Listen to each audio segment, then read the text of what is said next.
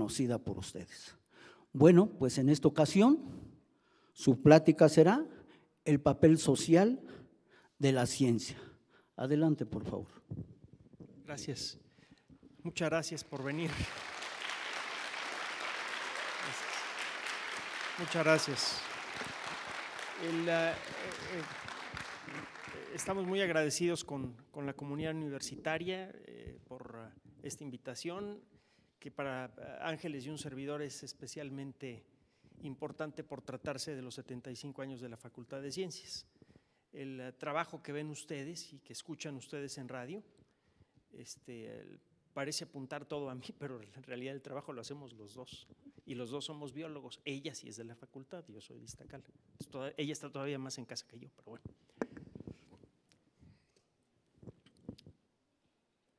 Bueno, el primer comercial, usen Linux. La presentación la hice en OpenOffice en Linux, y estoy viendo que a la hora de pasarla a PowerPoint me está cambiando los colores. Algunos textos van a ser un poco difíciles de leer, pero bueno, yo le entro ahí al quite. El papel social de la ciencia. La ciencia es una disciplina principalmente social. La ciencia es una de las humanidades y una de las más importantes. Esta figura alegórica es el frontispicio de la enciclopedia. Aproximadamente por allá del año 1650 se inició un movimiento. Aquellos de ustedes que han estudiado, gracias, que han estudiado historia de la ciencia se acordarán de la era de la Ilustración. Se inició una época en la que se creyó con firmeza que la mejor manera de invitar al progreso de la sociedad humana consistía en dispersar el conocimiento de la manera más efectiva y precisa posible, que más y más gente tuvieran acceso a aquello que le da poder a la especie humana, el conocimiento. Por primera vez en la historia se empezaba a pensar en términos igualitarios. Todo mundo debe tener exactamente el mismo acceso al conocimiento. Y de allí se empezaron a desprender naturalmente y de manera explícita un montón de otras ideas. Todo mundo debe tener las mismas responsabilidades ante la ley. Todo mundo tiene los mismos derechos ante la ley. No es de extrañarse que las personas que crearon la enciclopedia y que impulsaron la Edad de la Razón no solamente ayudaron en mucho a impulsar el desarrollo del conocimiento y de las artes en general, no nada más el conocimiento científico, sino también el conocimiento de lo que somos y de cómo nos entendemos con el universo. Y no es de extrañarse que ese progreso automáticamente haya generado cambio social. Entre las personas, entre las personalidades destacadas de la era de la Ilustración están estos dos cuates. ¿Quién los reconoce? ¿Este de acá quién es? ¿Sí?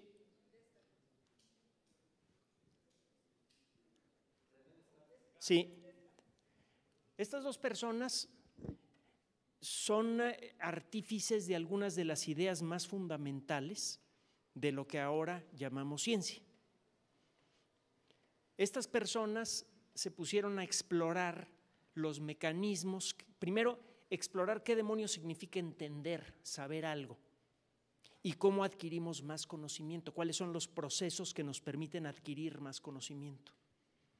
Gracias en buena parte a ese trabajo es que se hizo posible que la gran sociedad empezara a cambiar una serie de usos y costumbres que estaban establecidos desde hacía siglos.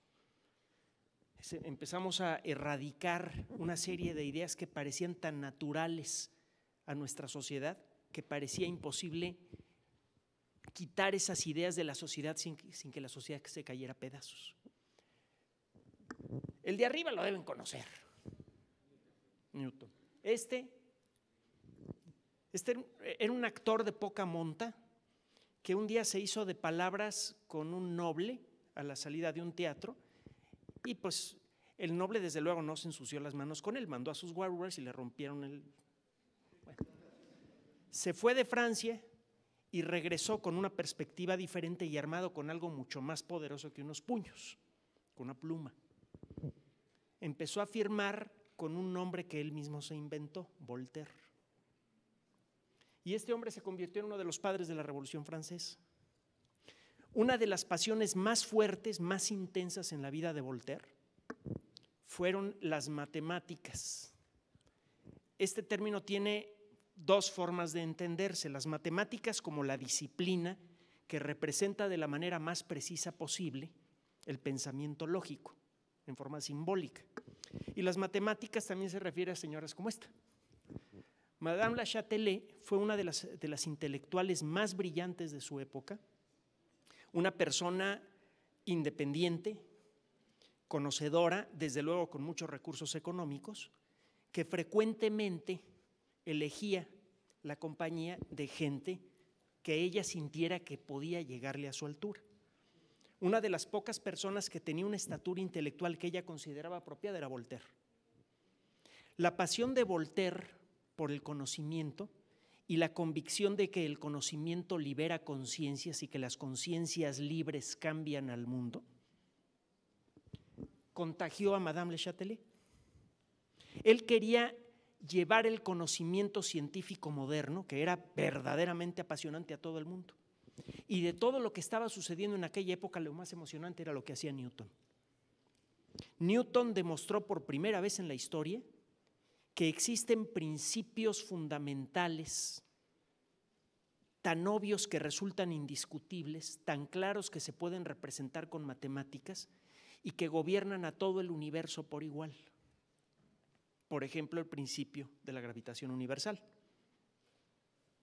No solamente esta idea rompía con el esquema de que la Tierra está en el centro del universo, la idea de la universalidad de las leyes de la naturaleza sugería la universalidad de las leyes para todos los seres humanos. Algo que en la época de los Luises en Francia, de los grandes reyes de Francia, como que no era muy bien recibida en alta sociedad esa idea, ¿no? Esta dama, entre otras cosas, tenía un enorme talento matemático, fue de las mejores mentes matemáticas de su época. Algunos de sus principios, ella trabajó mucho con el cálculo de Newton y hay por allí algunos principios que ella desarrolló que se estudian de manera regular en cualquier curso de cálculo. ¿Alguien se acuerda en el mundo del cálculo, cuando están empezando el estudio del cálculo diferencial e integral, qué papel tiene el trabajo de Madame Le Châtelet? Si no, agarren un librito de cálculo, ahí va a aparecer el nombre de ella. Hizo mucho porque ustedes puedan ahora usar cálculo. Frecuentemente era necesario pedir explicaciones mutuas entre las ideas que tenía Voltaire y las ideas que tenía Madame Le Châtelet, y de esas explicaciones mutuas creo que nació un hijo, por cierto. Eran franceses, así que hacían algo más que platicar, ¿no? Pero bueno. La Revolución Francesa, que fue el movimiento social de mayor trascendencia en su época, fue inspiradora de casi todos los movimientos sociales importantes que siguieron después. Obviamente lo que inspiró a las nuevas generaciones a seguir el ejemplo de la Revolución Francesa no fue su violencia, sino los principios humanos en los que descansaba. Algunas de las ideas sociales que se desprendieron del trabajo de personas como Newton quedaron impresas en papeles que llegaron a ser cruciales para el desarrollo de algunas de las sociedades más avanzadas del mundo en la actualidad. Este es el equivalente a la Constitución en Inglaterra. Es el documento que fue escrito en el siglo XVII que establece cuáles son los límites de los derechos del rey y cuáles son los derechos de los gobernados para poder reclamar a su rey cuando hace algo mal. Un documento así nunca había sido escrito antes. Hasta ese momento los monarcas eran absolutos. Poco tiempo después, inspirados por ese documento e inspirados por el movimiento intelectual que empujó a la Revolución Francesa, inspirados en buena parte por el esfuerzo de personas como Voltaire, que estaban convencidos que el dispersar el conocimiento científico cambia las sociedades, que salió este documento de acá. Esta es la versión aprobada por la Asamblea de Francia, poco después de la Revolución Francesa, de lo que se conoce ahora como la Carta de los Derechos Humanos. Esta es la primera versión. Todo esto, por cierto, la mayoría de estas imágenes son de dominio público, muchas de ellas las encuentran en la Wikipedia. Ciencia y sociedad. El desarrollo del conocimiento científico ha tenido impacto de 1000 maneras diferentes en la estructura de la sociedad moderna. Por un lado, lo que acabamos de decir, el desarrollo del pensamiento científico inspiró algunas de las ideas sociales más fuertes y más vibrantes de la historia, ideas que a pesar de las terribles desgracias que han sucedido en el siglo XX y en siglos anteriores, pero especialmente en el siglo XX, siguen vivas y probablemente ahora más vigentes que antes. La igualdad de todos los seres humanos ante la ley, los derechos fundamentales de una persona, que ahora son muchos más de los que se consideraban hasta hace relativamente poco. Todo eso es consecuencia del pensamiento científico. Las consecuencias de la aplicación del conocimiento científico, sin embargo, no siempre han sido buenas. Algunos de los grandes desastres sociales de los últimos siglos han sido causados por una aplicación inhumana del conocimiento científico. Una consecuencia inevitable del trabajo de cualquier investigador, el que sea, es el desarrollo de tecnología. Tarde o temprano, cualquier conocimiento pequeño o grande que obtienen ustedes de la naturaleza se convierte en algo tangible para la sociedad humana. Es cosa de esperar. La teoría general de la relatividad va a tardar en rendir tecnología. Todavía no sabemos cómo dominar la gravedad. Si llegamos a hacerlo, las fantasías de la película Interestelar se van a hacer reales. Ahora sabemos cómo hacer realidad las fantasías de la mecánica cuántica y de hecho estamos viendo esto en la pantalla gracias a eso. Esta cosa hace realidad las extrañas fantasías de la mecánica cuántica. En el siglo XIX se desarrollaron varias disciplinas, muchas de ellas relacionadas con la física y otras con la química, que rápidamente rindieron frutos tecnológicos. Por ejemplo, la termodinámica permitió, entre otras cosas, el entendimiento de los principios fundamentales del funcionamiento de las máquinas. Y eso permitió generar máquinas mejores, más eficientes, más poderosas. Y eso impulsó en buena parte el desarrollo de la revolución industrial. El problema es que el desarrollo de esa revolución industrial produjo catástrofes sociales que, por cierto, todavía podemos ver el día de hoy. El ver gente, muchos de ellos mujeres y niños o gente de edad avanzada, trabajando en condiciones inhumanas es algo que se empezó a hacer, siempre ha existido, pero se empezó a hacer común en forma organizada en el siglo XIX. Y es algo que desgraciadamente todavía vemos. Y los extremos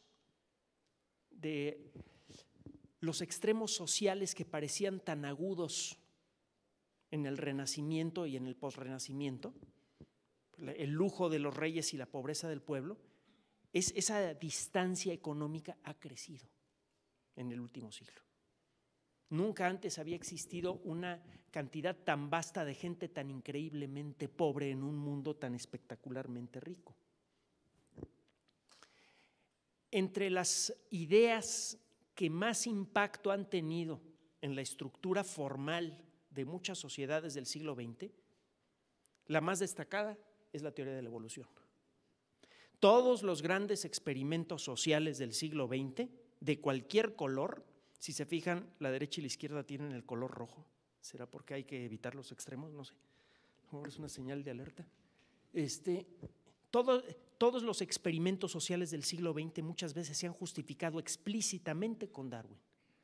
Si ustedes leen libros sobre la evolución de las sociedades que traten de apoyar una idea de izquierdas o de derechas, aparece el nombre de Darwin, explícitamente. Ustedes pueden encontrar citas de Darwin, de Lenin y de Hitler, por citar extremos. Y en el camino intermedio encuentran frecuentemente mencionada la teoría de la evolución, rara vez bien entendida, pero muy mencionada. Las ideas, cuando son suficientemente bien fundamentadas, cambian nuestros valores personales. Si cambian los valores personales de un individuo, ese individuo cambia su vida y ya. Si cambian las perspectivas individuales de muchas personas, la sociedad entera cambia, y eso es lo que hace la ciencia. En el nuevo siglo, en el siglo que todavía es joven, hay una larga serie de disciplinas científicas que están generando conocimiento tecnológico, que está generando una larga serie de frutos muy tangibles. Ciudades modernas, viajes a la luna, reemplazo de aquellas partes de nuestro cuerpo que no funcionan o que se pierden, nuevas formas de generar energía, sistemas automáticos para hacer toda clase de labores, un nuevo entendimiento de la naturaleza química de la vida y en particular del cerebro. En los últimos meses han aparecido varias notas cada vez más inquietantes que revelan que estamos llegando al punto en el que podemos empezar a apagar y prender memorias y emociones en forma individual. Ahorita se hacen ratones. Pueden ustedes, por ejemplo, agarrar un ratoncito que come de manera compulsiva, le inyectan una sustancia y el ratoncito deja de comer en forma excesiva, se empieza a comportar de manera normal. Le inyectan otra cosa y se vuelve comedor compulsivo de nuevo. Pueden ustedes quitarle, y esto lo habíamos comentado en la conferencia anterior, pueden ustedes quitarle una neurosis a un ratón con una inyección, porque pueden apagar las memorias que le produjeron una memoria, una consecuencia desagradable en su comportamiento. Esto eventualmente se va a reflejar en nosotros. En este siglo, entre otras cosas, vamos a desarrollar la tecnología para controlar lo que somos. Por primera vez en la historia vamos a dejar de hacer lo que queremos. Vamos a empezar a querer, a decidir lo que queremos y no nada más a hacer lo que queremos. Hay una diferencia muy importante. Así como tiene cosas buenas la tecnología, sistemas fotovoltaicos que nos van a permitir reducir en mucho el impacto de la sociedad en el ecosistema, por ejemplo, curar el cáncer con una pastillita. Tenemos otras consecuencias que conocemos muy bien. Entre las consecuencias más notables de la aplicación incorrecta del conocimiento científico a nivel social, definitivamente la más importante en el siglo XX es la del desarrollo y uso de armas nucleares. Es el rubro en el que la sociedad humana ha gastado más dinero en toda su historia. Más de 1 millón de millones de dólares de la década de los 60. No sabría cómo convertirlo a dólares actuales, pero el número sería muy superior. Existen muchos desarrollos tecnológicos modernos que están comenzando a asomar la nariz y que van a tener un impacto muy notable en nuestra forma de vida. Estos desarrollos tecnológicos, que son consecuencia del trabajo de investigadores especializados en distintas ramas de la biología, la química, la física, las matemáticas, en áreas que no son de ciencia pura ni de tecnología pura, sino que son una mezcla de ambas, como la computación, la ingeniería de software, como le llaman en Estados Unidos. Hay muchos desarrollos tecnológicos que están siendo impulsados por gente como ustedes, con su trabajo diario, y que van a producir revoluciones sociales mucho más profundas que cualquiera en la historia. Y son cosas que están por empezar a ocurrir. Vamos a analizar un solo caso de una de estas revoluciones tecnológicas que parece que ya está a punto de arrancar, que en pocos años podría hacerse realidad. Es un caso que hemos comentado brevemente en el programa, por ejemplo, pero ahora vamos a meternos con más detalle en este caso particular, el caso del automóvil. Los automóviles ya tenían más de medio siglo de existir, y por cierto los primeros eran eléctricos, cuando este hombre aplicó una idea que había encontrado en otros ambientes al mundo de la producción industrial. ¿Saben quién es este cuate? Henry Ford. Henry Ford fue la primera persona en aplicar las técnicas de producción en masa a gran escala en el mundo del automóvil. El modelo T se convirtió en el primer automóvil de bajo costo, fácilmente accesible, que mucha gente podía comprar. El automóvil ya no era una carreta de lujo para gente muy adinerada para salir a pasear los domingos. Empezó a convertirse, gracias al esfuerzo de Henry Ford, en una herramienta de trabajo. Y el mundo cambió de una manera profundísima. Simplemente el paisaje urbano de todas las ciudades ha sido redefinido por el automóvil. Nuestras vidas diarias han sido redefinidas por el automóvil. Nada más tengo que pensar en los sustos y berrinches por los que acabamos de pasar Ángeles y un servidor para llegar aquí a tiempo, como consecuencia de la reestructuración que ha sufrido la sociedad mexicana en el último siglo como consecuencia de la llegada del automóvil. Todas las sociedades han cambiado, nuestros valores personales, lo que consideramos importante para nuestras familias, el tipo de trabajos a los que podemos acceder, el tipo de cosas que podemos comprar y llevar a casa, el tipo de trabajos que podemos aceptar, todo eso está redefinido por los sistemas de transporte que son principalmente sistemas que usan ruedas. Los automóviles durante mucho tiempo han sido aparatos tan tontos como el conductor que se pone al frente de ellos, es decir, muy tontos. ¿Alguien reconoce estas dos personas? Este señor es el padre, bueno, estos dos, McCarthy y Minsky, son los padres de una institución en el Instituto Tecnológico de Massachusetts, que al principio arrancó con un nombre que parecía haber sido inventado en Hollywood, el Laboratorio de Inteligencia Artificial. La idea de que una computadora pudiera pensar y tomar decisiones era absolutamente absurda en aquella época. Solo que estas personas, con bastante intuición, con bastante visión a futuro, se dieron cuenta que las computadoras de la época, que eran enormes, las instalaciones de algunas de ellas ocupaban una superficie parecida a la que hay en este auditorio y tenían un poder inferior al de un horno al cerebro electrónico de un horno de microondas. Ellos sabían que esos equipos iban a crecer en capacidad en el corto plazo, que iban a ser capaces de realizar operaciones más y más complejas y que era necesario desarrollar una tecnología que permitiera, en la medida de lo posible, tratar de reproducir algunos aspectos del comportamiento inteligente que vemos en el ser humano. Una inteligencia automática capaz de tomar decisiones, aunque sea de manera restringida, pero sin error y a gran velocidad, seguramente tendría mucho valor. El Laboratorio de Inteligencia Artificial ahora es uno de los lugares más famosos del mundo para la gente que sabe de cómputo. Para comenzar, la arquitectura es única y todo lo que sucede en el interior del Laboratorio de Inteligencia Artificial también es único.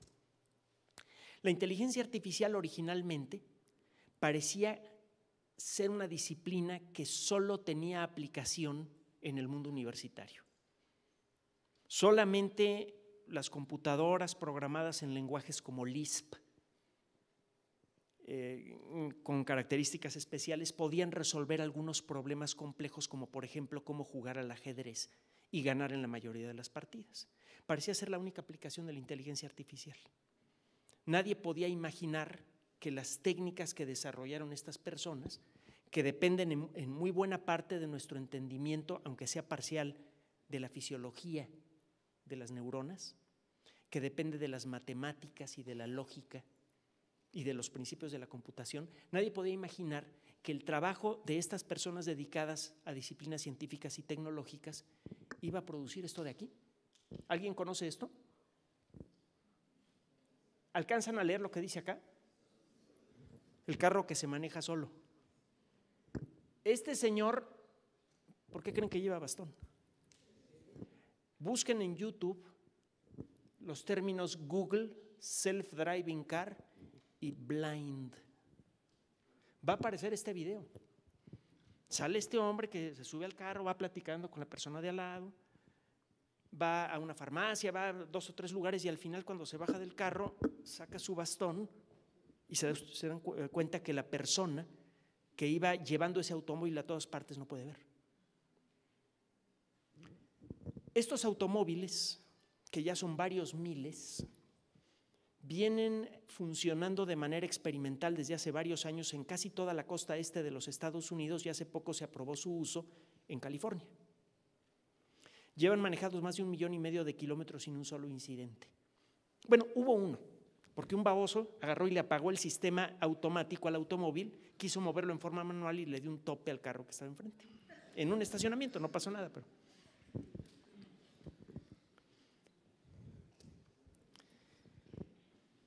Este otro modelo de aquí no pretende ser un anuncio, además el costo debe ser, cuando salga el costo seguramente será astronómico simplemente por la marca, ¿no? Pero ya existe un prototipo y de hecho existe un video de este automóvil en YouTube.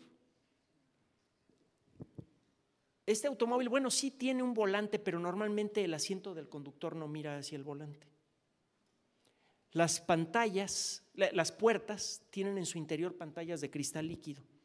Pueden ir viendo una película, pueden ir viendo una representación del paisaje por el que van circulando, pueden ver ustedes un mapa, un GPS grande para decidir si se quieren parar aquí para comprarse algo de comer. Pueden ustedes incluso poner una película, hacer cualquiera de las cosas que harían si no tuvieran que estar conscientes del volante cuando van en un automóvil. La tecnología de los automóviles que se manejan solos ha venido madurando con el paso de los años. No solamente están los automóviles de Google, todos los fabricantes importantes de automóviles ya tienen cuando menos un prototipo. Los alemanes, BMW, Toyota, incluso los fabricantes de automóviles de nueva tecnología como Tesla, tienen automóviles que se manejan solos. Google está planteando la posibilidad de empezar a ofrecer kits baratos que podrían costar $4,000, son 50, 60 mil pesos, no es que sean regalados, pero esos kits se los ponen ustedes a su automóvil y el automóvil se vuelve un automóvil que se maneja solo. Esto pretenden empezar a ofrecerlo en el 2017, es decir, ya. Y a ver si alguien no trata de comerles el mandado y sacar alguna oferta tecnológica similar antes de tiempo, antes de que Google pueda hacerlo.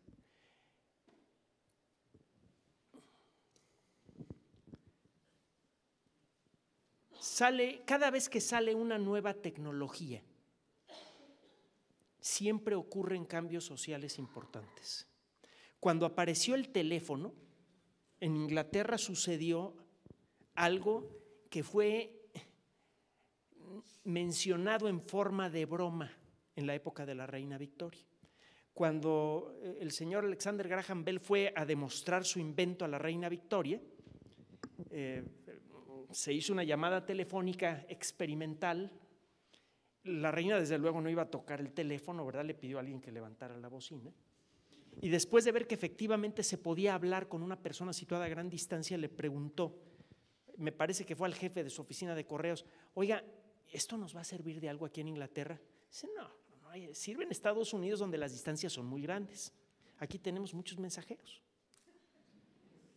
Bueno, pues esos mensajeros, en cuestión de menos de una década, perdieron la mayoría de ellos su trabajo. Perdón, y lo mismo ha ocurrido con la aparición de otras tecnologías. En el siglo XX, la lista de categorías de empleo que se han perdido como consecuencia de la inserción de nuevas tecnologías es larguísima. Es cierto que la nueva tecnología generalmente crea empleos también. La computación llegó a quitar a mucha gente que hacía trabajo de mover papeles y vino a crear nuevos empleos, pero el número de empleos perdidos es mayor que el número de empleos creados. Y esto es una constante casi universal para cualquier instancia en la que se inyecta una nueva tecnología de cualquier tipo. Hubo un editorial en Nature hace, no recuerdo la fecha precisa, porque además es semanal, para acordarse está en chino, pero hace quizá 2 o 3 meses, en el que se discute precisamente este asunto, cómo la inyección de nueva tecnología acaba con más empleos de los que genera. ¿Qué va a pasar dentro de poco cuando se inyecten los primeros automóviles que se manejan solos? ¿A quiénes va a afectar? Obviamente, a la gente que tiene que manejar para vivir, que es la base de su sustento.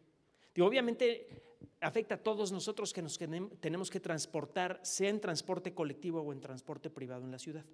Y eso tiene un efecto en nuestra economía, en nuestra salud, etcétera, etcétera. Y es un efecto en general bueno.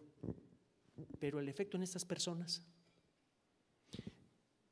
Cuando se vino la crisis del 94 en México, que por cierto todavía no se acaba, por algún motivo, como que todavía escuchamos que el próximo año va a ser difícil.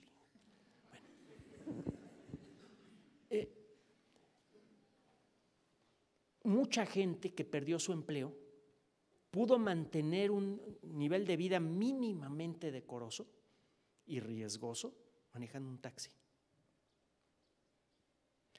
Si en la siguiente revolución tecnológica ustedes cierran esa válvula de escape, ¿qué va a pasar? ¿Quién más se queda sin trabajo?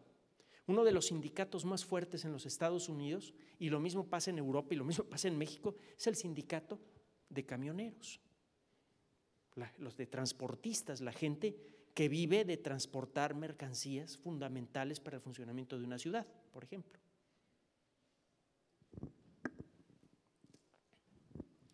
La gente que se dedica al transporte público en una ciudad o entre ciudades.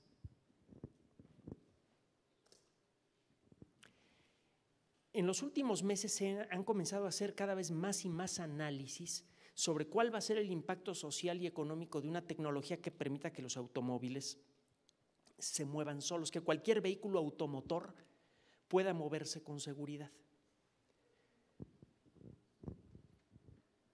En la actualidad, el salario promedio de una familia en los Estados Unidos está dedicado en buena parte al transporte.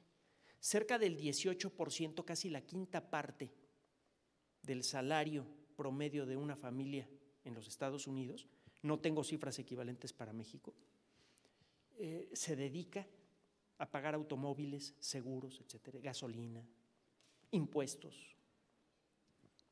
Se necesita más de un automóvil en casa, porque cada quien tiene que ir a donde va a ir, ¿no?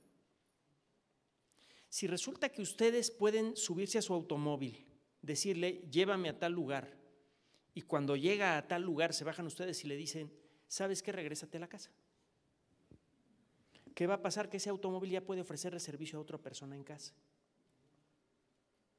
Ese mismo automóvil puede repartir gente en el trabajo en la mañana y puede ir solito a recoger un mandado que ustedes ya pidieron por teléfono. Ya existe el servicio en muchas tiendas de autoservicio, de estos supermercados, que por cierto ya todos parecen el mismo. La última vez que traté de hacerme unos huevos a la mexicana, no picaba el chile, parecía de plástico. Y se me hace que es igual en todo, no importa en dónde lo compre. En estos lugares donde venden chiles de plástico, ya les aceptan a ustedes pedidos por teléfono o por internet para pasar a recoger en tienda. El papá de mi mamá tenía un perro muy obediente y muy inteligente.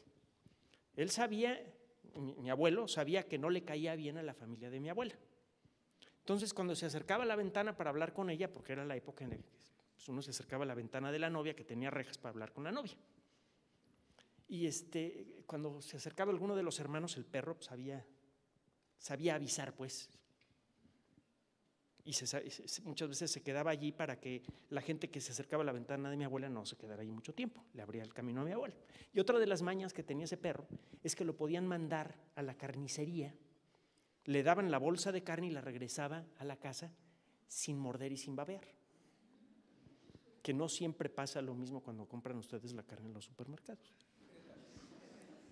Bueno, les digo todo esto porque ese perro era muy querido y resultó muy útil para la familia de mi abuelo. Ahorraba tiempo para ir a la carnicería todos los días.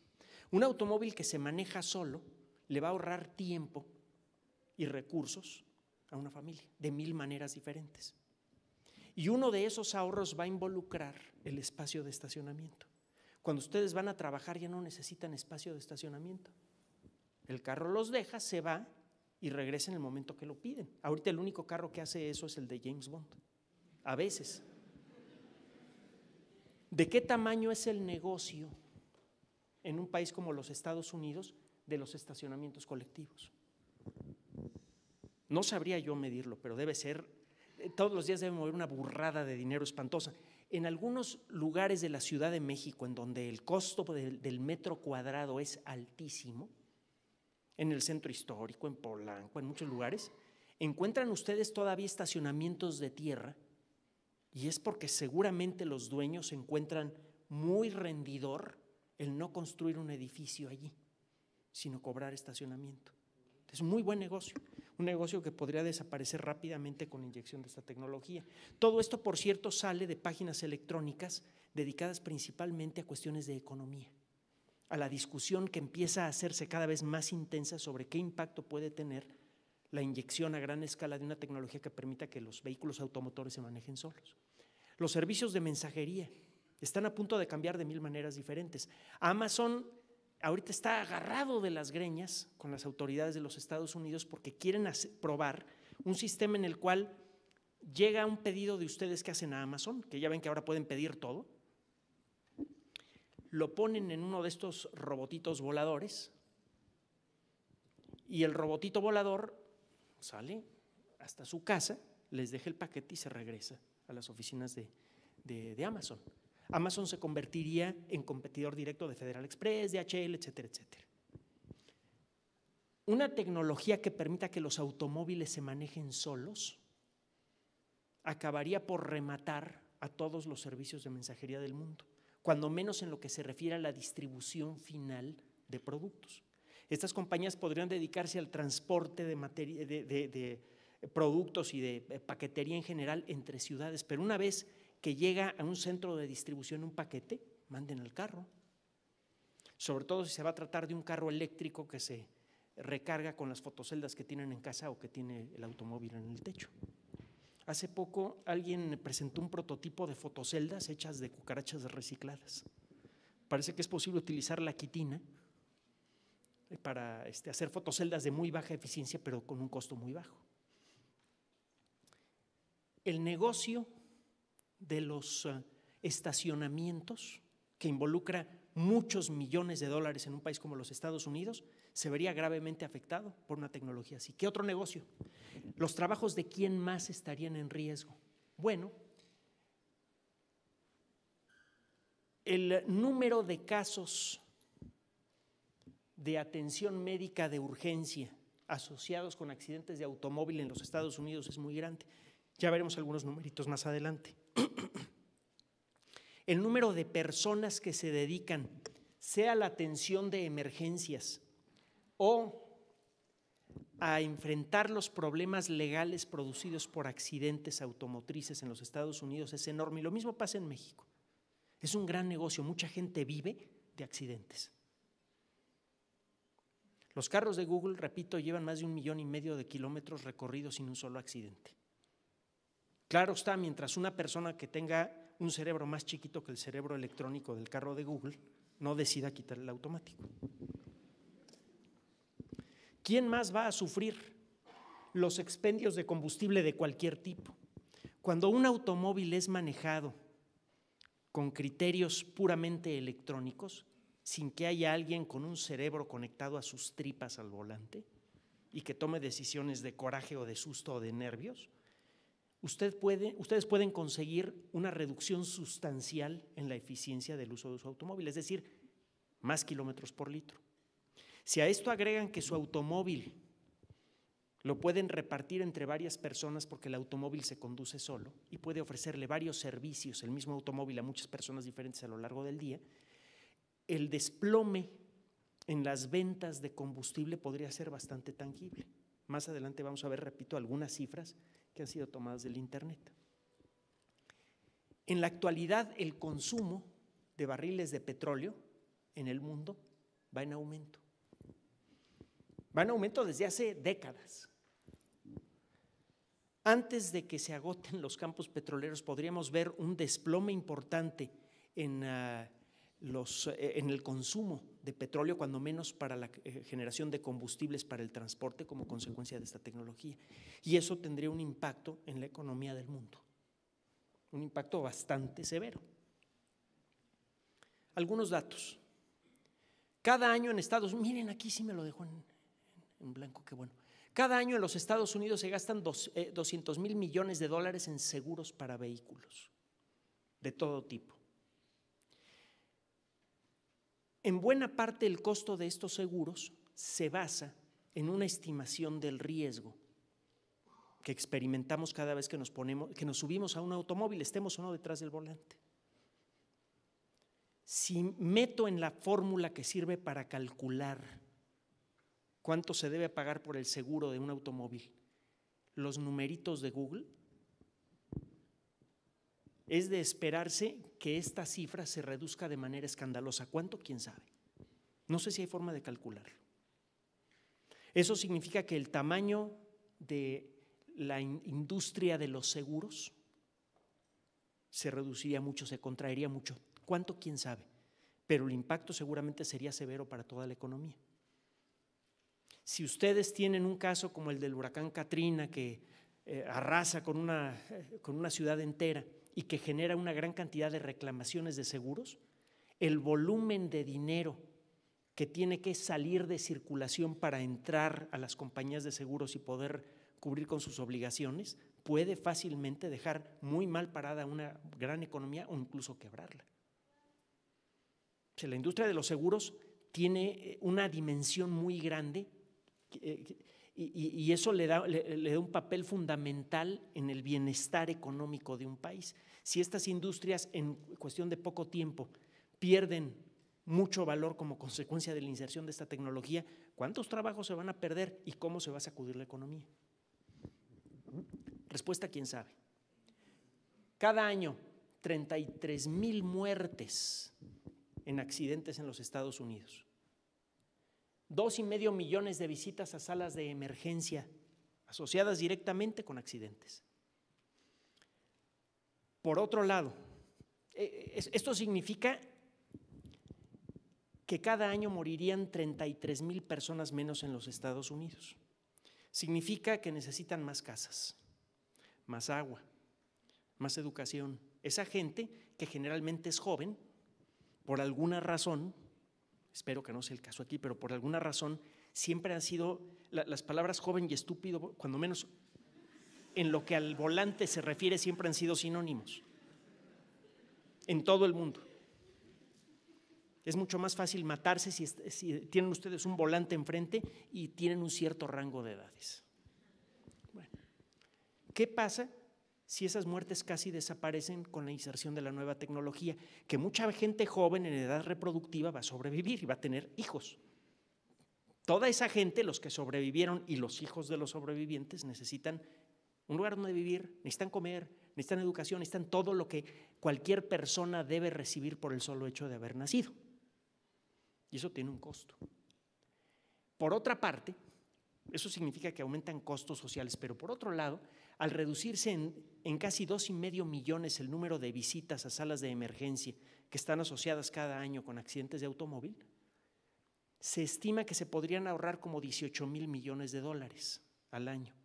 Con eso se podría balancear el presupuesto del sistema de salud que propuso el presidente Obama. Cuando menos lo que dicen por allí. No sé, no conozco las cifras, pero eso es lo que dicen. El costo material de estos accidentes, material nada más, no los seguros, no la atención médica, no las demandas, nada más el costo de los fierros es de 560 millones de dólares al año. Un costo que en buena parte pagan los individuos, las familias. Costos que a veces quiebran familias enteras. Hay familias que tienen que vender su casa para pagar las consecuencias de un accidente automovilístico grave. Eso se acabaría. Cada día en los Estados Unidos, el Estado recibe 14 millones de dólares por concepto de multas por exceso de velocidad. Eso se acabaría. Ustedes no podrían violar el límite de velocidad, a menos que declaren una emergencia y en ese caso estarían obligados a justificarla. Así que se acabaron las prisas. Cada día el Estado gasta $6,575 para colocar y mantener avisos de tráfico. ¿Para qué los ponen si la computadora sabe cuándo ir rápido y cuándo no? ¿Qué tienen que mantener? Se ahorrarían 420,000 barriles de petróleo al día por el uso extenso de esta tecnología en los Estados Unidos. Esto significa una reducción de aproximadamente el 30% del consumo diario de combustible en ese país. Otras ideas. La disminución de gastos legales en relación a accidentes de tráfico, uno de los temas que habíamos mencionado. Eso pondría en la calle a mucha gente que vive de explotar las consecuencias de los accidentes de automóvil. Y eso incluye no nada más a gente que ofrece servicios legales, por ejemplo. Incluye también a mucha gente en el sector público que de manera legal o ilegal vive de explotar las consecuencias de accidentes de automóvil. No vamos a platicar de lo que pasa aquí en México cuando alguien le pega un poste, por ejemplo, la que le arman en la delegación. Bueno, todo eso se acaba. Oríllese a la orilla, se acaba. Con todo lo que eso implica. Muchas pequeñas instancias de corrupción diaria quedarían anuladas y otras instancias de corrupción más. Por ejemplo, se acaban con una tecnología avanzada automotriz, la necesidad por el hoy no circula desaparece o se hace mínima. Por la verificación vehicular desaparece o se hace mínima. Hay que considerar que junto con esta tecnología se están desarrollando los carros eléctricos y van por muy buen camino. ¿Cuántas instancias de salida de dinero de sus bolsillos, en forma legítima o no, hacia el Estado, se van a interrumpir como consecuencia de la inserción de esta tecnología? ¿Y cuánto va a perder el Estado? Que, por cierto, necesita dinero para poder operar. Impuestos, verificaciones, licencias. ¿Cuánto pierde el Estado como consecuencia de la inserción de esta tecnología? Además de cómo se redibuja el panorama político. En todos los países, el apoyo de los grandes sindicatos muchas veces es crucial para conseguir una victoria política. Y algunos de los sindicatos más importantes están siendo amenazados por tecnologías modernas. Por ejemplo, la tecnología que permite autogenerar electricidad en casa, que va por muy buen camino. La tecnología que permite el manejo autónomo de vehículos rodados. Están amenazando a sindicatos del sector eléctrico, sindicatos de transportistas, etcétera, etcétera. Por otro lado, disminución de gastos familiares. El automóvil podría no solamente hacerse más efectivo para repartir gente, sino que además podría durar mucho más porque se utiliza de una manera más racional y sin abusar de él, sin acelerones, sin frenones. Los viajes serían lo más eficiente posible, no se perdería tanto combustible porque se metieron por donde no debían, no habría tanto desgaste para el motor por estar quietos con el motor prendido y con mucho calor. Para ustedes, ¿qué harían si de pronto tuvieran 1 o 2 horas libres al día? Pueden sentarse en un lugar cómodo, con un refresco, con un libro, si es que todavía se usan, como que me da la impresión que ya se hizo realidad la fantasía de Fahrenheit 451, pero bueno, espero que en este caso no sea, eso que digo no sea cierto. Se sientan con un libro o con una tablet a informarse de las cosas del mundo, a ver una película, hacer lo que sea que no les implique tensión nerviosa. Las consecuencias que eso va a tener para su salud y para el bienestar de la comunidad a la que pertenecen es enorme. Disminución del parque vehicular. Este es uno de los asuntos que he visto mencionado más en los sitios en donde se discute el impacto de la nueva tecnología. Se espera que con la inserción de la nueva tecnología, al principio, las ventas aumenten en $600,000 millones aproximadamente. Mucha gente va a querer la nueva tecnología, pero como los carros duran más, por el solo hecho de ser manejados de manera racional y porque se necesitan menos carros para atender a una colectividad, el número de ventas va a disminuir y se cree que una vez que disminuya no va a volver a recuperar los máximos que ha tenido en el pasado. Es decir, que podríamos estar viendo el final de la era dorada de la industria del automóvil. El automóvil va a seguir con nosotros, va a seguir existiendo para siempre, pero no se van a fabricar en las cantidades que se fabricaban antes, si esta proyección es correcta. Uno de los aspectos más delicados de esta tecnología, más intangibles, pero que podría tener más consecuencias a futuro, es en los usos y costumbres de una sociedad. Estamos acostumbrados a pensar que mi carro es mi carro, ¿no? Es la extensión de mi casa. Si en algunas ciudades se aplican los conceptos del famoso carpooling a gran escala con la nueva tecnología, la idea de ser dueño del automóvil podría ser sutilmente modificada. Por ejemplo, se está planteando para los automóviles eléctricos que tienen baterías de baja autonomía. Los automóviles eléctricos que en la actualidad pueden ustedes acceder, a los que pueden acceder aquí en México, de marcas conocidas, tienen una autonomía como de 160 kilómetros, mucho menos que un automóvil con el tanque bien cargado. Una de las ideas que se han manejado por allí es que, bueno, yo no soy dueño de todo el automóvil. Yo compro el automóvil y tengo derecho a tener una batería autorizada por la fábrica. Entonces, cuando llega una estación de recarga, me sacan la batería y me ponen otra batería certificada de la misma compañía, que ya está cargada. Yo no regreso por mi batería porque mi batería no es mi batería. La batería es de la colectividad, de toda la gente que ha comprado el mismo modelo de automóviles. Esto se podría extender al automóvil mismo. ¿Para qué quieren ser dueños de un automóvil? Ustedes simplemente pagan el derecho al transporte y saben que cada vez que agarran el teléfono y piden un carro, llega un carro limpio, en buen estado, que los va a llevar donde ustedes quieran. Esto pondría el primer ejemplo de cómo se podría empezar a reformular uno de los conceptos más fundamentales en muchas constituciones, el concepto de la propiedad privada.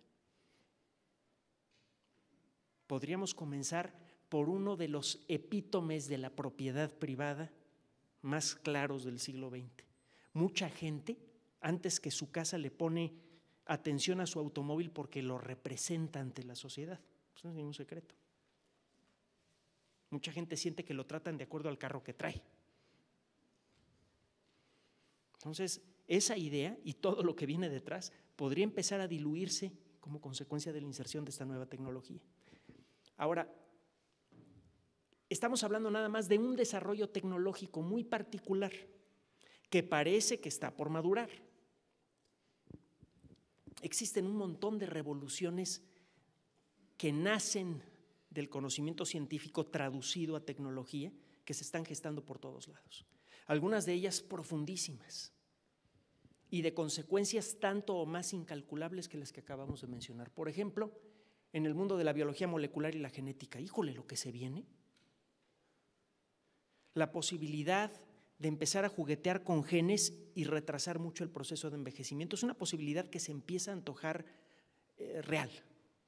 Hay varios experimentos que sugieren que se va a poder. ¿Cuándo? ¿Quién sabe? Mañana, en un siglo. A mí se me hace que está más cerca del mañana que del siglo.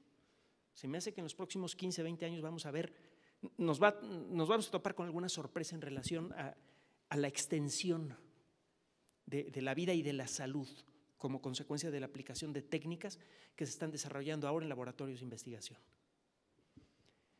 La posibilidad de controlar el comportamiento a nivel molecular,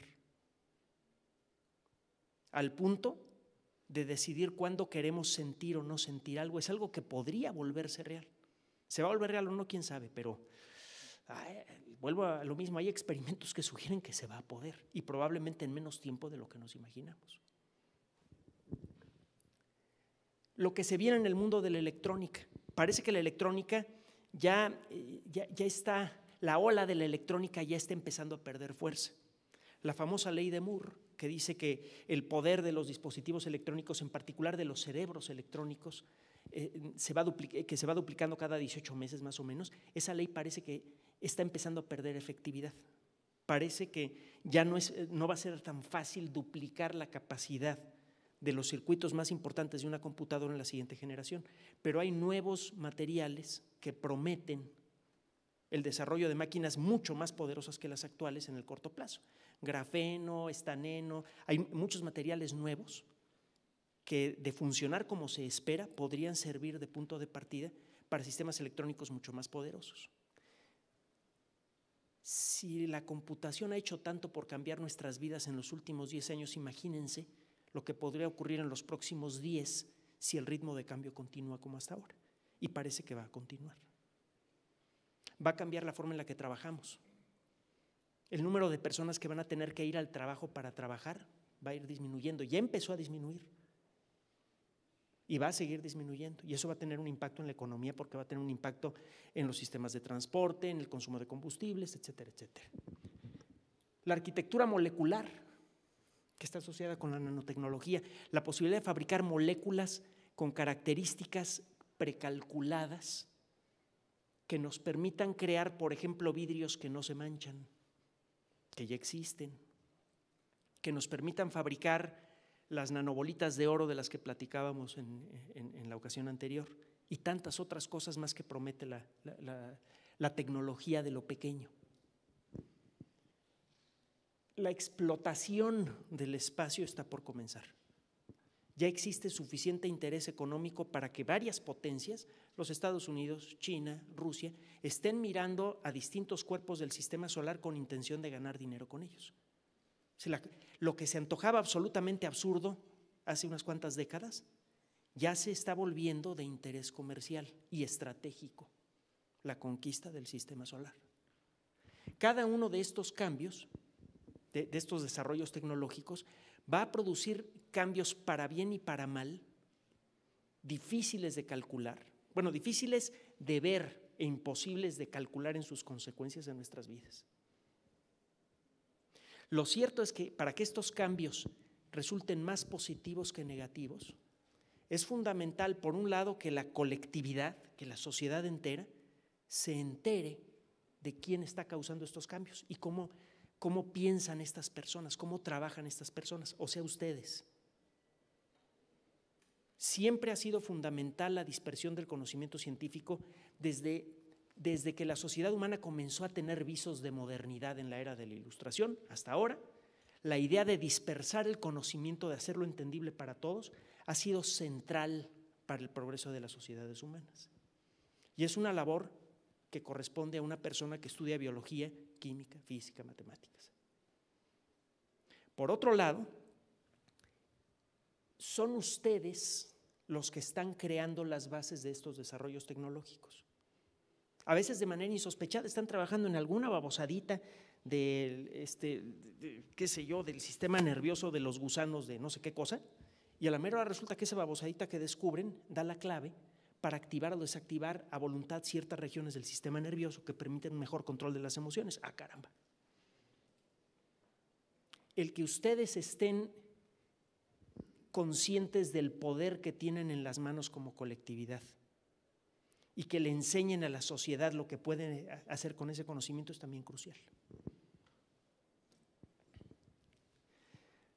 Es probable que uno de los temas más importantes que se puedan discutir de manera estratégica a gran escala para el futuro de la sociedad humana es el que tiene que ver con la ciencia y el uso del saber científico. Busquen ustedes este documento, está en español en una página oficial de la Organización de las Naciones Unidas, de hecho una página de la UNESCO. Es un documento algo largo, tiene como 35 puntos o 40 puntos, una cosa así, no sé, tiene un montón de puntos.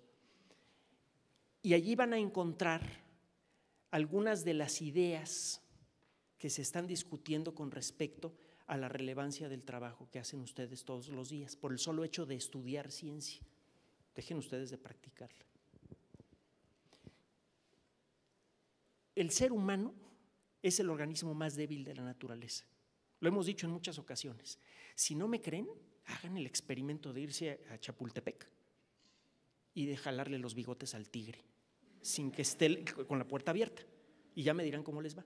O de pasarse una noche sin la ropa que traen puesta aquí en el Ajusco.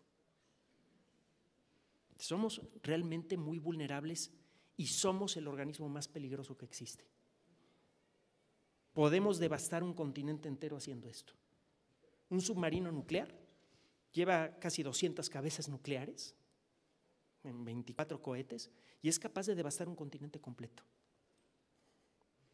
Y ese poder viene del conocimiento. Las actividades que generan conocimiento y lo dispersan en la sociedad deben considerarse como cruciales para, primero, convertir este mundo por primera vez en su historia en un lugar decente para vivir para la mayoría o para todos, si es que esto es posible. Y segundo, para que el mundo del futuro sea mejor que el mundo presente. Y ese es trabajo de ustedes. Queremos agradecer, Ángeles y un servidor, la invitación. Para nosotros es muy importante estar presentes aquí durante este evento de los 75 años de la Facultad de Ciencias. Le agradecemos a la doctora Luisa Alba Lois la invitación. Fue gracias a ella que apareció originalmente nuestra presencia aquí. También queremos agradecer a la Facultad de Ciencias la invitación y a todos ustedes que hacen posible que podamos platicar con ustedes en este momento. La labor que hacemos Ángeles y yo solamente tiene sentido en la medida que hay gente que esté dispuesto a escucharla. De otra manera seríamos pericos. Finalmente, les he comentado en muchas ocasiones que el explicador es un esfuerzo colectivo, somos dos personas, aunque se ve a veces el trabajo de una sola.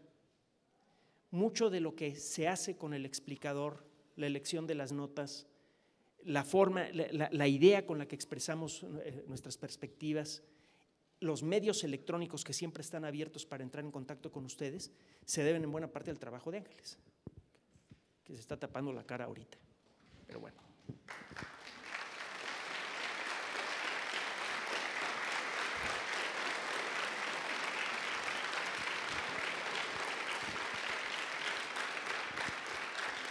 Y estos son los medios que en buena parte existen gracias al esfuerzo de Ángeles, que están permanentemente abiertos. Entre ellos están estos grupos. Aquí tienen ustedes una forma de llegar a un grupo que pretende convocar a toda la gente interesada en echarse rollos sobre ciencia. Y adentro de este grupo van a encontrar ustedes que hay un montón de otros grupos que se llaman, por ejemplo, el explicador buceo, el explicador paleontología, etcétera. Estos grupos pretenden integrar a personas conocedoras de esos temas para ir creando grupos un poco más profesionales de discusión. Entonces hay un gran grupo general donde toda la gente interesada de manera general en la ciencia puede participar, y además hay grupos especializados para gente que tenga un interés más profundo, más detallado, para que puedan tener discusiones un poquito más amplias. Pues quedo en sus manos.